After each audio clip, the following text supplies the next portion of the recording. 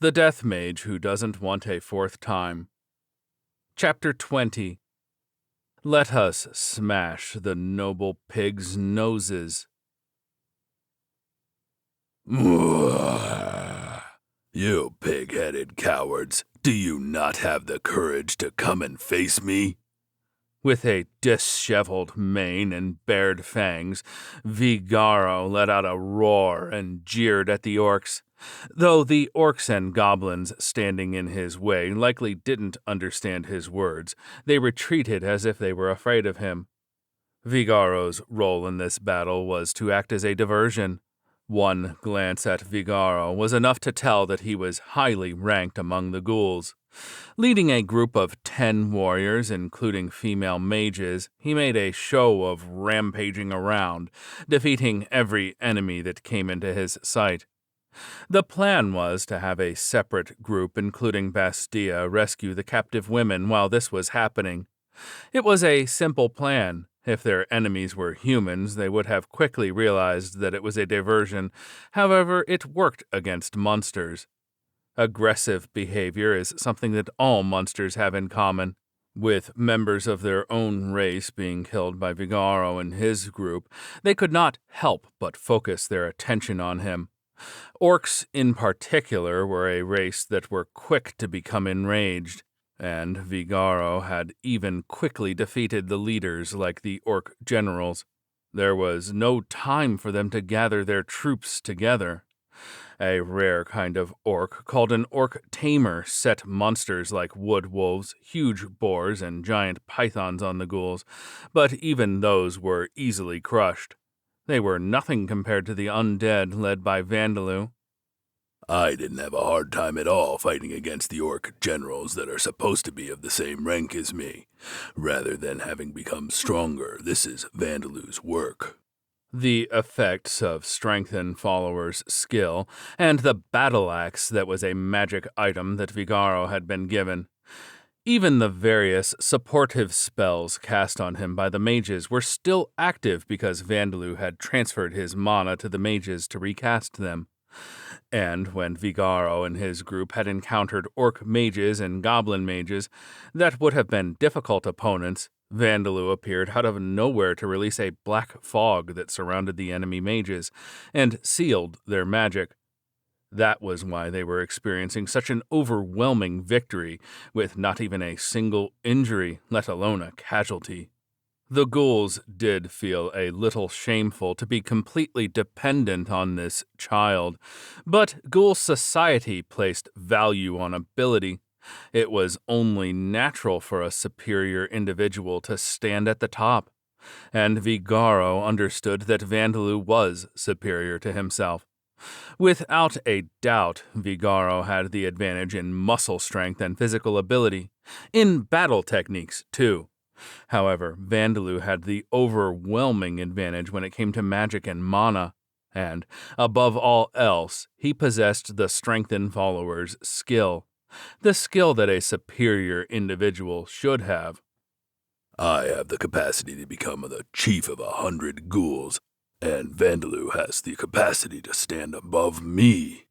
Vigaro understood this. However, he couldn't help but to feel pathetic. As he was now, wasn't he pathetic for someone serving under Vandaloo? No, for someone who was Vandaloo's family member?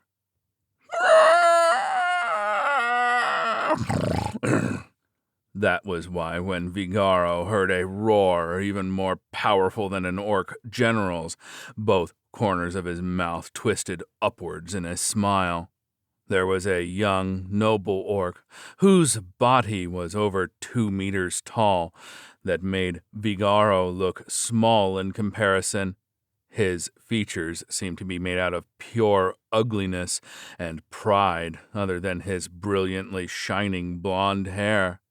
As his rage-filled pupils spotted Vigaro from a height of 3 meters, his expression softened into one of scorn. He would scatter these insolent small fries in place of his useless subordinates. That was clearly what he was thinking. "A noble orc!" Vigaro, what are we going to do? seeing not an enemy of the same rank as Vigaro like the orc general, but a powerful, noble orc that was a clearly superior foe.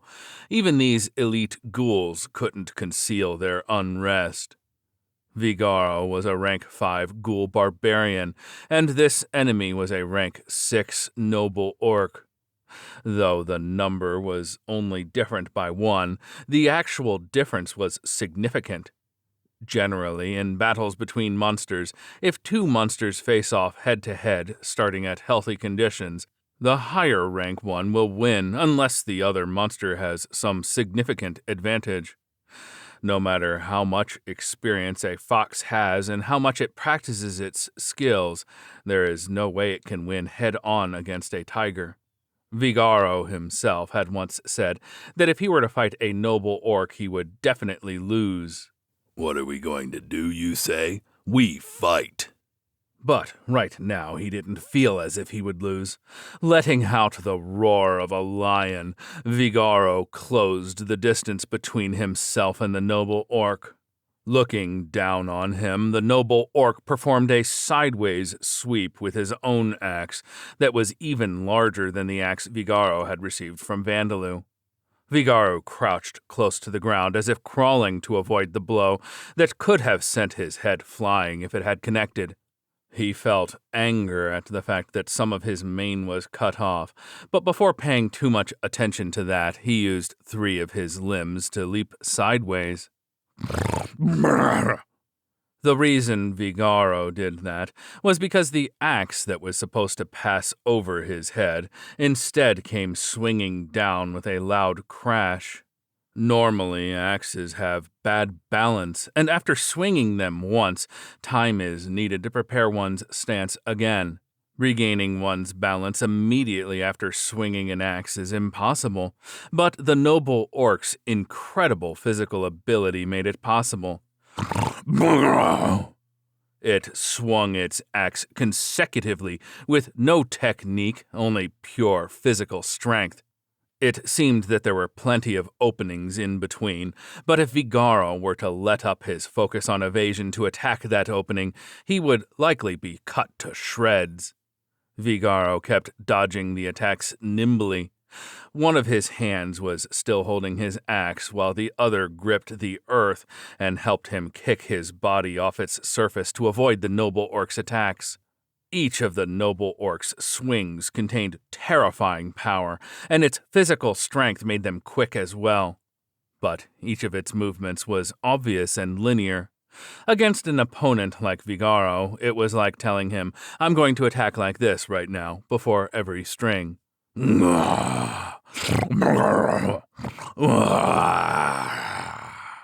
Vigaro, the noble orc, and the warriors that each of them led were engaged in battle. Vigaro had an idea about how the battle was progressing through the ghoul's battle language, but the noble orc's head was completely focused on his ghoul opponent in front of him. Why wouldn't any of his attacks land on him? He was one of his great father's sons, the strongest of them all. Boogie Bulio. Why had he not landed a single attack on something like this ghoul? For noble orcs, male ghouls were just small fry, and female ghouls were nothing but meat pots. So why were such ghouls making him embarrass himself in front of his subordinates and slaves?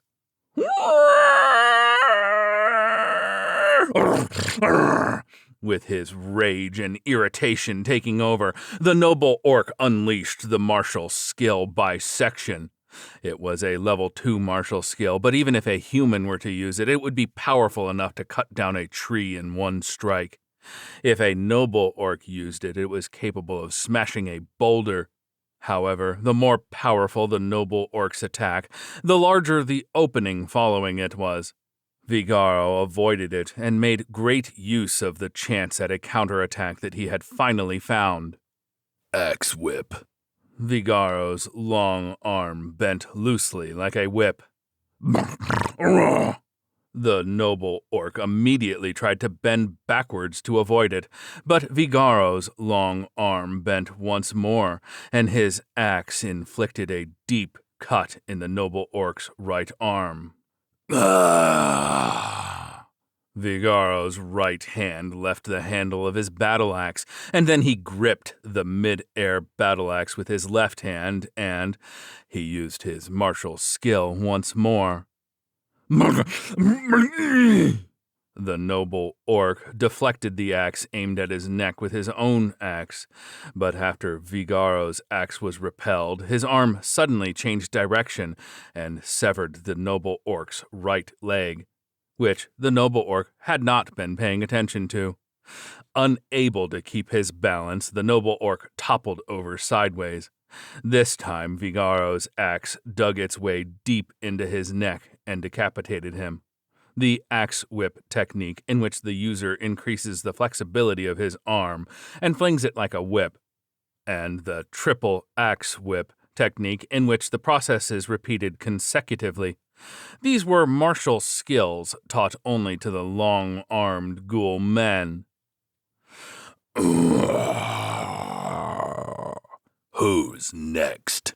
Vigaro let out a roar of victory and stamped down on the head of the noble orc, which was still wearing the screaming expression at the moment of his death. Seeing this fearsome sight, the orc knights began to fall apart and flee for their lives, but there was no way that these slow orcs could get away.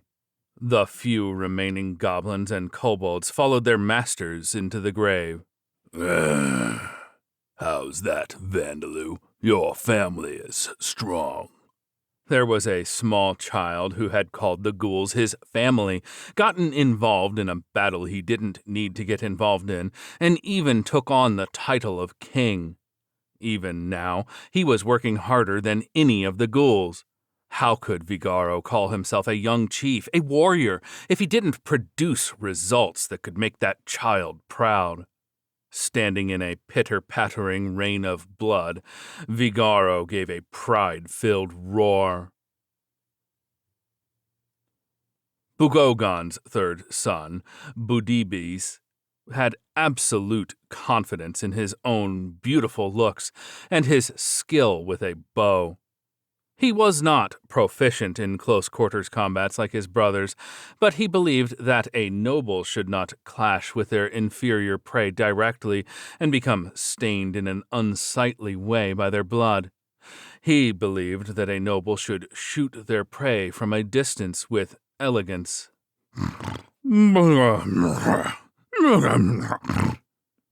When he had heard a report that there was a group of ghouls being led by a female ghoul, he could only think of how fitting the prey was for him. That group apparently contained many female ghouls. His only thoughts were of capturing them, picking out the ones that he fancied, presenting the other attractive ones to his father, and distributing the rest among his subordinates, thus placing him in a superior position to his brothers. He had no intention of letting his guard down. He had given 5 orc knights the honor of serving as his advance guard. He had also brought with him 10 orcs and 30 small fry goblin. At first, things were going well. The warriors serving as Zadirius's advance guard were unable to completely stop Booty B's subordinates, and his arrow, powerful enough to pierce straight through an adventurer in full plate armor, was only barely stopped by the female ghoul's wind attribute magic. At this rate, the female ghouls would run out of mana in less than 5 minutes, and then the orcs could push into them. Booty Bees was confident in his victory. And then, much more than 5 minutes passed, and the female ghouls had showed no signs of running out of its mana.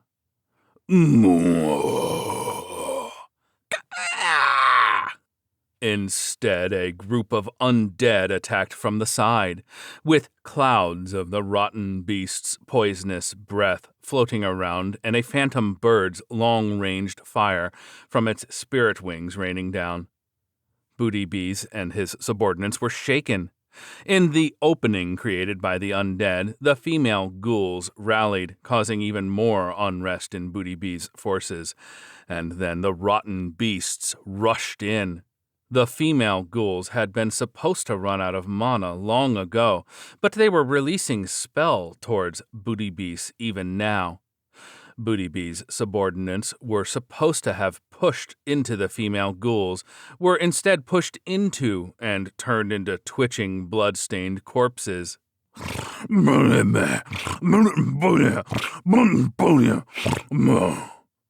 With his face that he conceitedly believed to be beautiful, twisted in fear, Booty Bees called for help from the brothers that he secretly looked down on and the father that he despised. However, what reached out to him was not the helping hand of his family members, but the cold hand of death. How noisy! Great wind blade! The enormous great sword-sized blade of wind created by Zedirus's spell cut Booty Bees in half horizontally as he tried to make an unsightly escape. Booty Bees managed to take a few more steps with the top and bottom half of his body still intact, but then his strength gave out and he collapsed, his organs spilling onto the ground. Surprisingly, he was not a greatly difficult foe, but he was a noisy rascal with a scream that pierced the ears. Boy, we are fine now. As Zedirus exhaled, a semi-transparent, thin, string-like object detached from her shoulder. This was Vandalu's spirit form that had been transferring her mana. He had apparently attached it to Bonebird and had it bring it to her. Without even seeing Bonebird off, Zedirus raised her staff high. Everyone, there are a few enemies left, but do not let your guard down.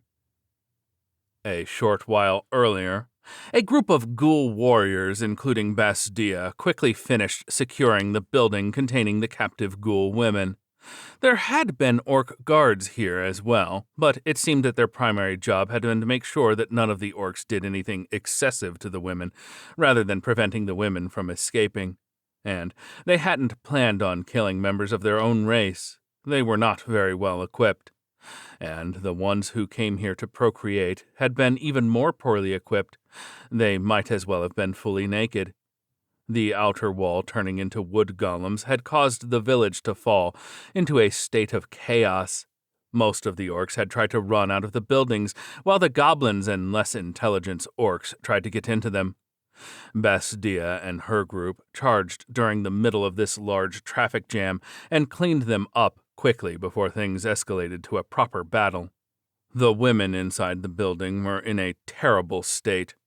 In order to keep captive the ghoul women who possessed the superhuman strength skill, their bodies had been immobilized by being half buried in boulders, likely with a spell cast by the orc mages or noble orcs.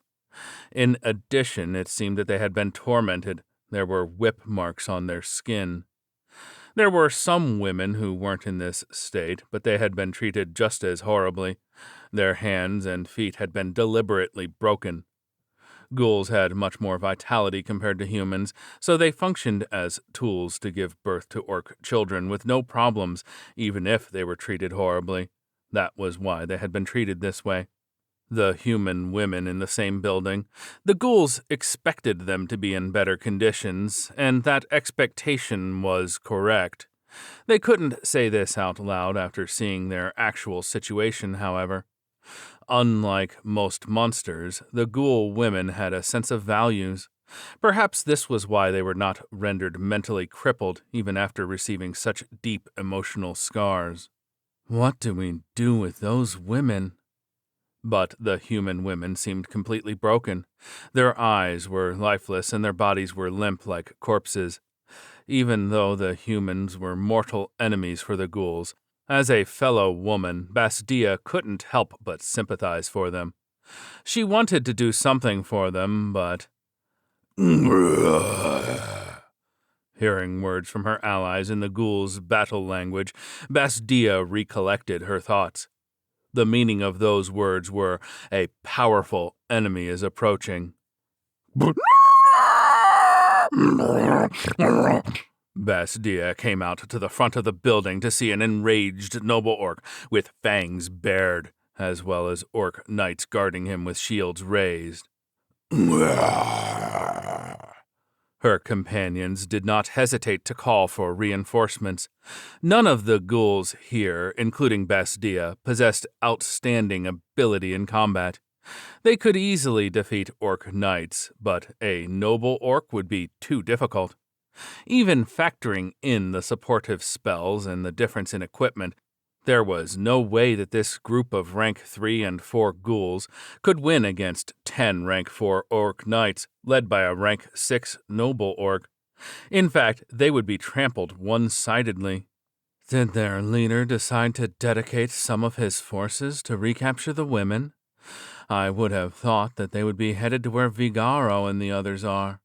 Seeing the noble orc arrogantly looking down on them, Basdia couldn't help but wonder this out loud. In fact, the reason the ghouls had come here was so that the noble orcs and their subordinates wouldn't use the ghoul women as hostages. But, on the other hand, there was nothing more of value here. Even if the noble orcs defeated Basdia and the other ghouls here, the battle would definitely not go well for the orcs, as the groups led by Vigaro, Zadiris, and Vandaloo would be able to move about freely. Recapturing the women would increase the orcs' morale to some extent, but it would not increase their strength in battle.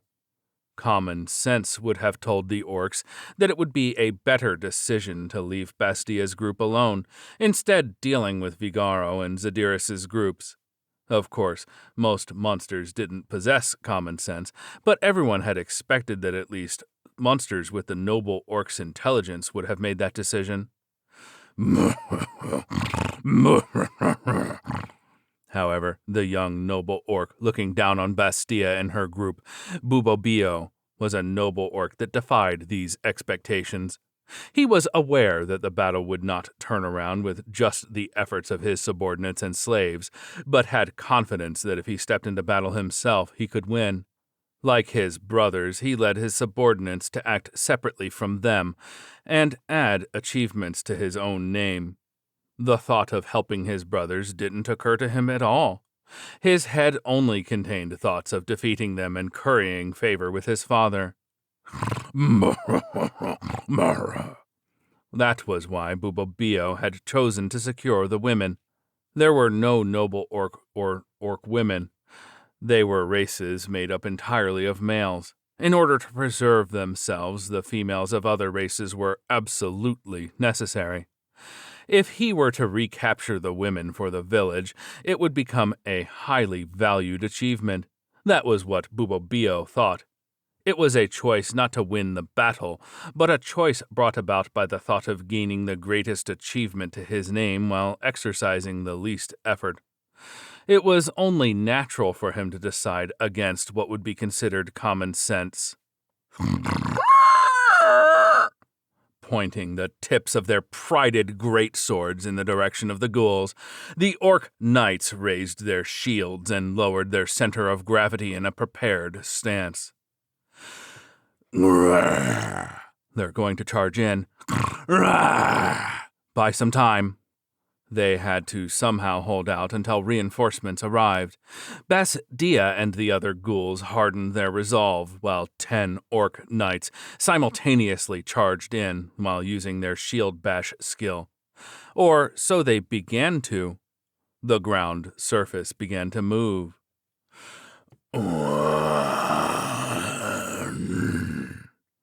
The ground turned into dozens of earth golems that stood to face the orc knights.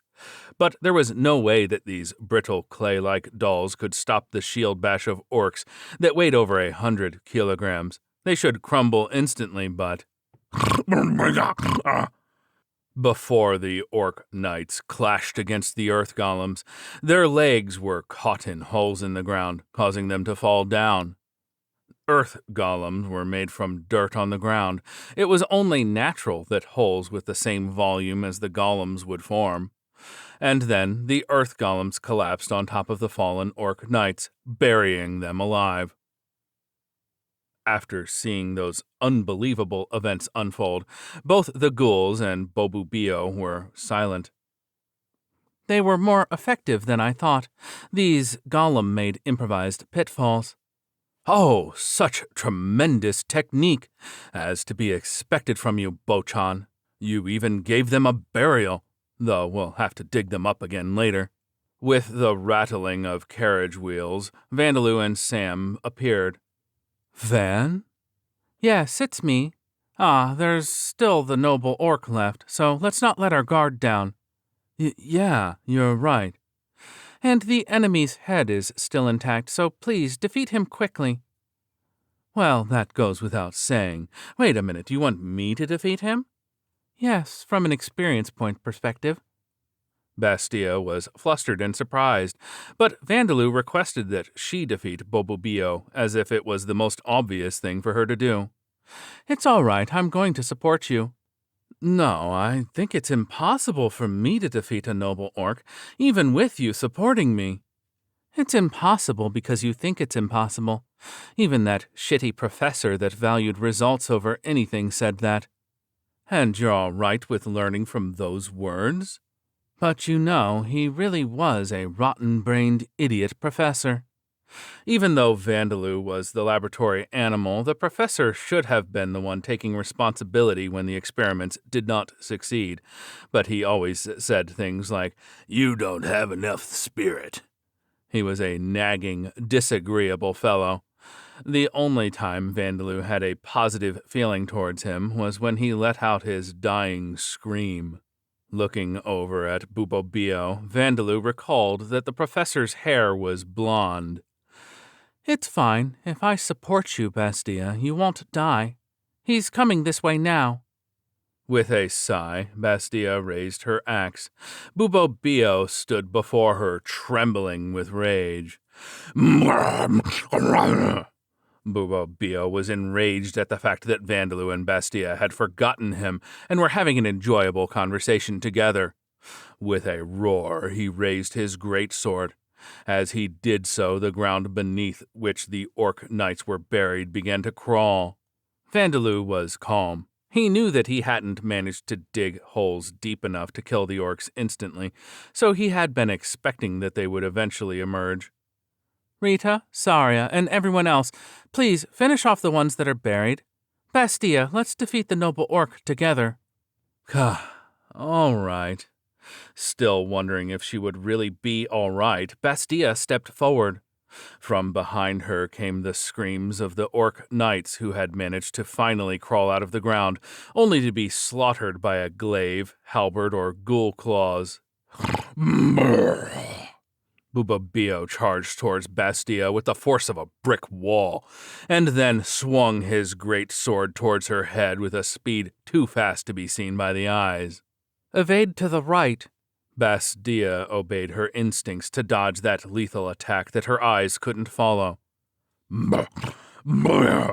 As if dissatisfied that his lethal attack had been evaded, Bubobio forcefully pulled his greatsword back and performed another thrust. A half step to the left. In the next moment, Bastia had evaded that thrust as well.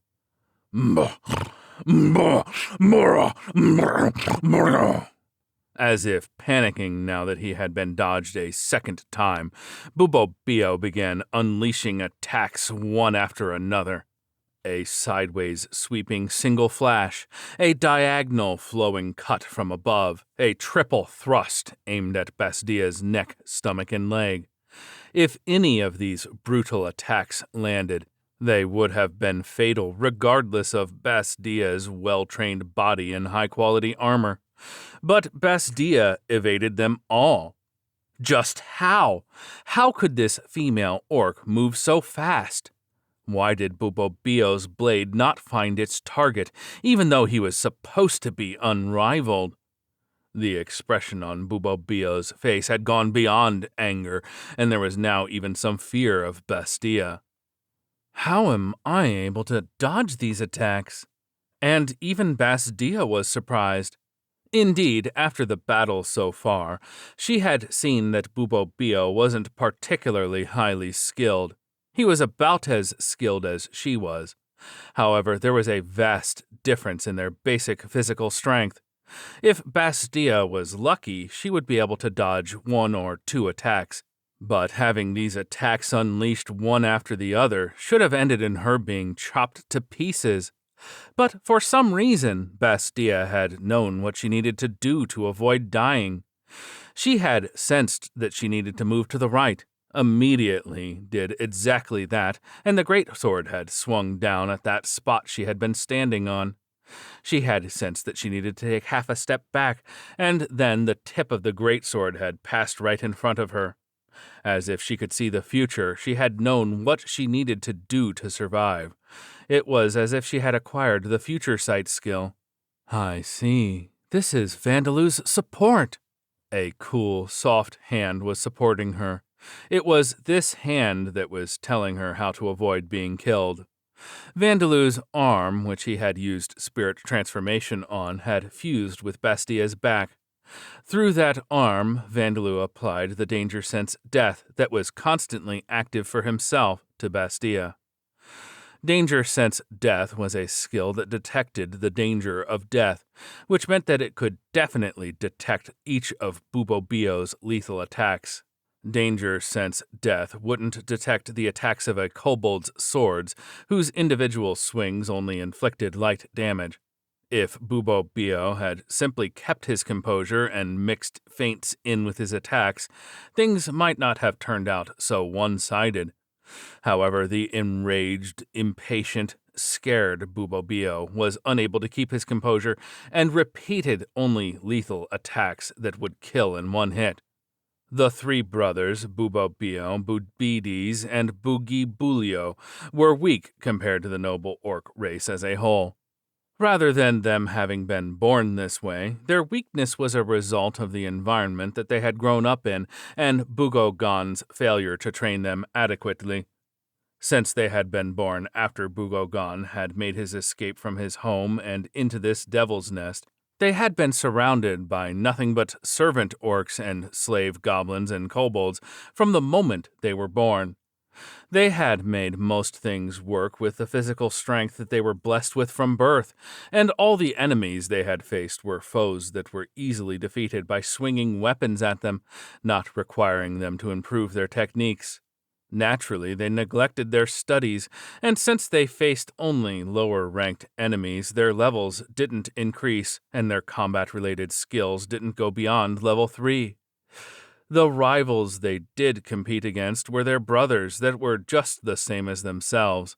So rather than working hard, they simply competed over who could get the easiest achievements. If this had been a harsh environment such as the large Devil's Nest to the south that housed many other noble orcs and other monsters that could challenge them, Bubobio and his brothers would have been forced to work hard to survive. The noble orcs thought that children who could raise themselves were superior, while children that required the parents to directly raise them were inferior.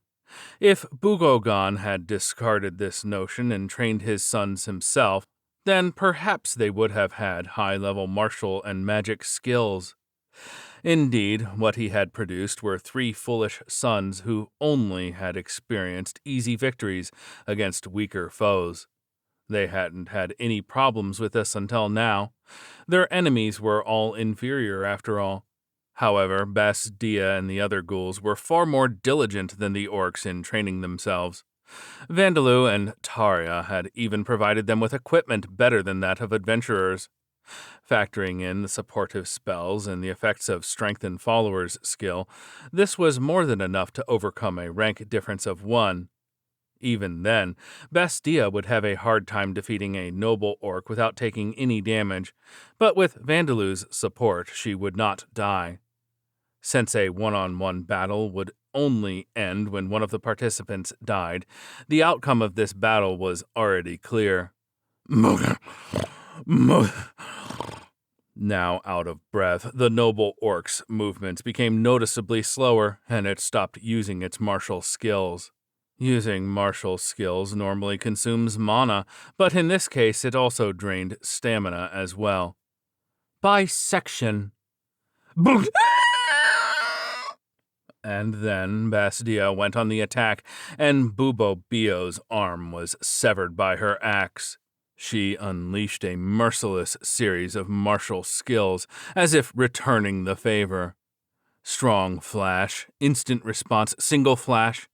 As Bubo Bio tried to turn and run, he toppled forward as Bastia's axe, empowered by the weapon-throwing skill Lightning Attack, buried itself in the back of his head. I defeated him, Van. I defeated a noble orc. Bastia was likely exhilarated at the fact she had gained a large amount of experience points by defeating this powerful enemy. She rushed over to Sam's carriage and picked up Vandaloo and started swinging him around. You defeated him, so please put me down.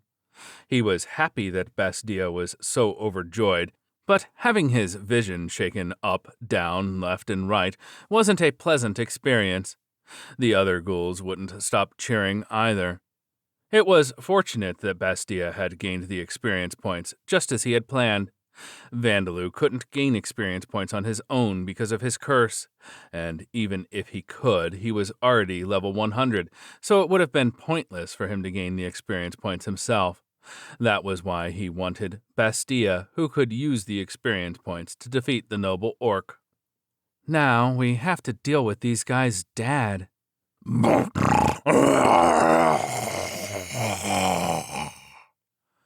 An angry roar came from the largest house in the village, interrupting Vandaloo. At the same time, the walls of that house began collapsing from the inside, but even the sounds of the walls falling were drowned out by the roar. A noble orc well over 3 meters tall appeared. He was holding a magic sword with a 2-meter-long blade and wore an extravagant suit of armor. Even Vandaloo and the group of ghouls that was with him could see this noble orc. They were rendered speechless. The happiness that had been felt moments earlier had vanished, and now they were trembling in fear instead. But it couldn't be helped. This was a true noble orc. This was a monster that could rival a dragon. Vandaloo took this opportunity to slip away from Bastia's arms and analyzed how much of a threat Bogugan was with danger since death. He wondered how they would win this battle. If he cooperated with Bastia to fight him, no matter what he did, Bastia would die. If he waited for Zadiris and used magic as their primary way to fight, no matter what he did, the rear guard, including Zadiris and the ghouls of the advance guard, would die. If he used Vigaro as the center of his tactics, no matter what he did, no matter how good or bad his luck was, Vigaro would die. If he used Zadiris, Vigaro, and Bastia as the primary fighting force, while also combining the strength of himself, Sam, and the other undead, he thought he could win, but no matter how good their luck was, some of them would die. If Vandaloo stepped forward to face Bogugan alone, with everyone else just supporting him, there was more than a 50% chance that he would die, but only a 10% chance that the others would die. Well then, please, lend me your support. Before anyone could express their surprise at these words, Vandaloo used the no-attribute spell Flight to float into the air, and then flew towards Bogugan with the speed of a bullet.